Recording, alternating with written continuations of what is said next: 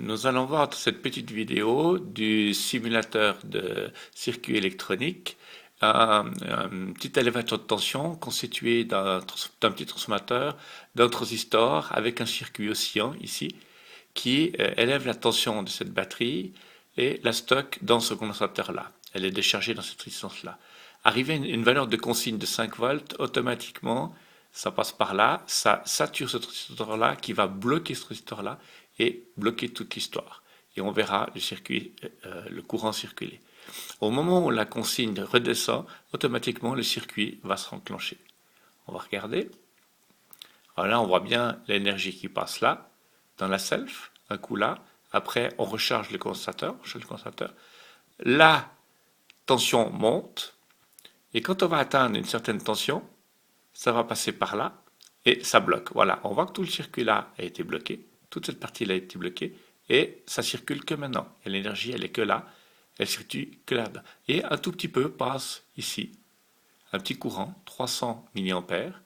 Et quand on va arriver vers les 0 milliampères, ça va désaturer ce transistor qui va débloquer ce transistor et l'énergie va repasser. On va regarder. Ça arrivera là quand on aura du 5 volts ici. Quand on sera là 5 volts, ça va arriver. Voilà, on attend un petit peu. C'est environ vers les 60 microampères. Attention. Clac. Voilà, on voit maintenant que le circuit il régule. Il atteint sa vitesse de croisière. Un coup, il fait passer du courant dans la self. Et un deuxième coup, ça passe dans le condensateur. On voit un coup là, un coup là, un coup là, un coup là.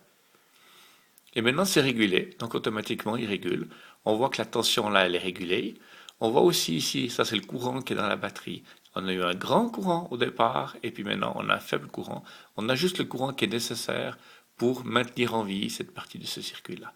Et on voit que toute l'opération a pris environ 9 millisecondes. C'est depuis 9 millisecondes que ça commence à réguler et à stabiliser. Maintenant, la tension qui est dans la résistance de charge ici, elle est stable. On voit qu'elle est stable. Et le circuit fonctionne. Si j'essaye de déconnecter cette partie-là en enlevant cette connexion, on verra qu'il n'y a plus de connexion, il n'y a plus de régulation plutôt, et maintenant cette pompe va tourner en permanence pour charger ce condensateur. Et ça va monter. La tension va monter, on voit aussi que le courant monte, et on n'a plus de régulation.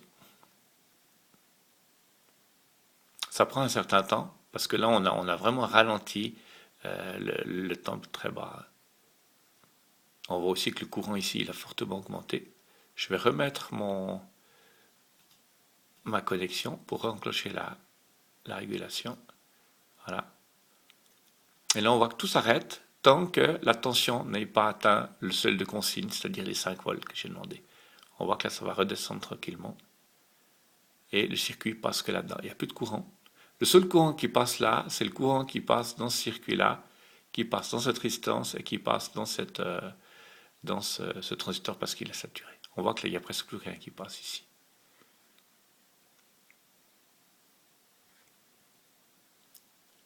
Et voilà, on a à nouveau la valeur de consigne et le circuit se remet en marche automatiquement. Il réussit pour régénérer la valeur d'un condensateur, le contenu d'un condensateur. On voit qu'à chaque fois, il envoie des petites secouées de courant électrique pour charger le circuit. Et tout le reste s'arrête.